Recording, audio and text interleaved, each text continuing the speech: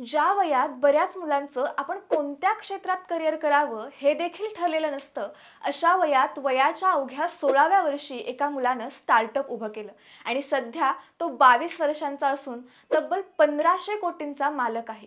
या युवा उद्योजकाचा अत्यंत प्रेरणादायक आणि स्वप्नवत वाटणारा प्रवास आज आपण या व्हिडिओमध्ये पाहणार आहोत. नमस्कार, मी क्रांती आणि तुम्ही पाहताय बिझनेसवाला साईराज. मित्रांनो, वय म्हणजे फक्त एक संख्या आहे. तुमच्याकडे चिकाटी, मेहनत आणि योग्य दिशा असली की यश नक्कीच मिळतं. याचं एक उत्तम उदाहरण म्हणजे युवा उद्योजक अर्जुन देशपांडे.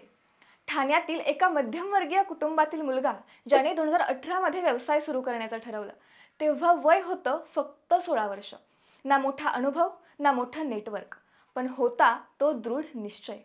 जेनेरिक आधार या कंपनीच्या माध्यमातून देशातल्या सर्वसामान्य माणसांना स्वस्त दरात औषधे उपलब्ध करून देण्याचा निर्धार त्याने केला.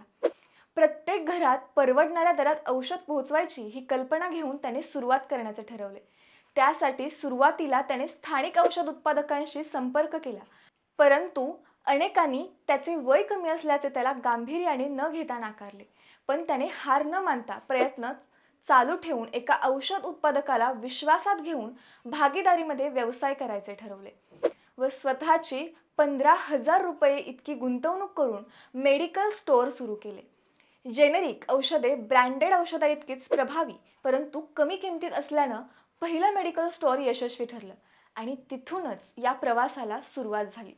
2020 मध्ये त्याच्या व सामाजिक दृष्टिकोनाची दखल खुद्द रतन टाटा यांनी घेतली आणि जेनेरिक आधारमध्ये वैयक्तिक पातळीवर गुंतवणूक केली. हा त्याच्या यशाचा टर्निंग पॉइंट ठरला. यामुळे देश विदेशात या व्यवसायाचा प्रसार होण्यास मदत झाली. सध्या भारतभरात जेनेरिक आधार कंपनीच्या 2000 पेक्षा जास्त शाखा असून कंपनीमध्ये सुमारे 10,000 पेक्षा अधिक कर्मचारी कार्यरत आहेत.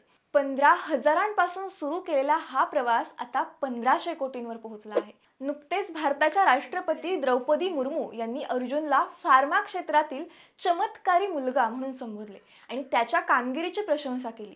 मित्रांनो, या अर्जुनच्या प्रवासातून एक गोष्ट शिकण्यासारखी आहे. जर तुमचा हेतू प्रामाणिक असेल तर तुम्हाला यश मिळाल्याशिवाय राहणार नाही. शेवटी हा प्रेरणादायी व्हिडिओ कसा वाटला हे आम्हाला कमेंटमध्ये नक्की सांगा आणि आमच्या चॅनलला लाईक आणि सबस्क्राईब करायला विसरू नका. धन्यवाद.